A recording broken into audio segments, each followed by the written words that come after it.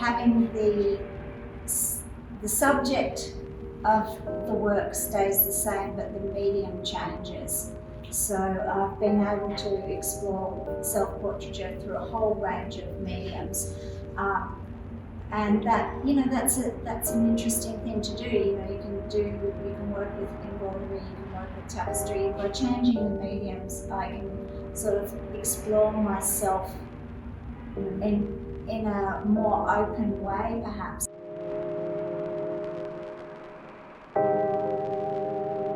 Well, I sort of had a history in textiles because my grandmother was really great sort of craftswoman. I wanted to take it sort of out of the traditional sort of homely, very homely idea of patchwork and quilting. So I wanted to add something that was a little bit feistier.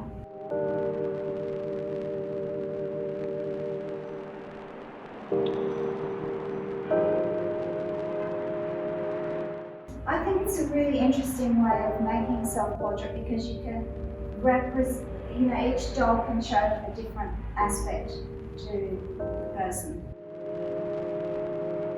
Some more banal things like, blow drying your hair, having a bath, doing a bit of sewing, checking emails.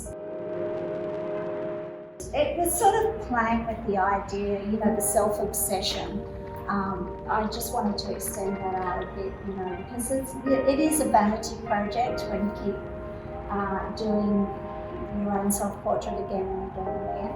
And so I just sort of thought, oh well, I'll take on that sort of the sort of vanity of it and push it a bit further.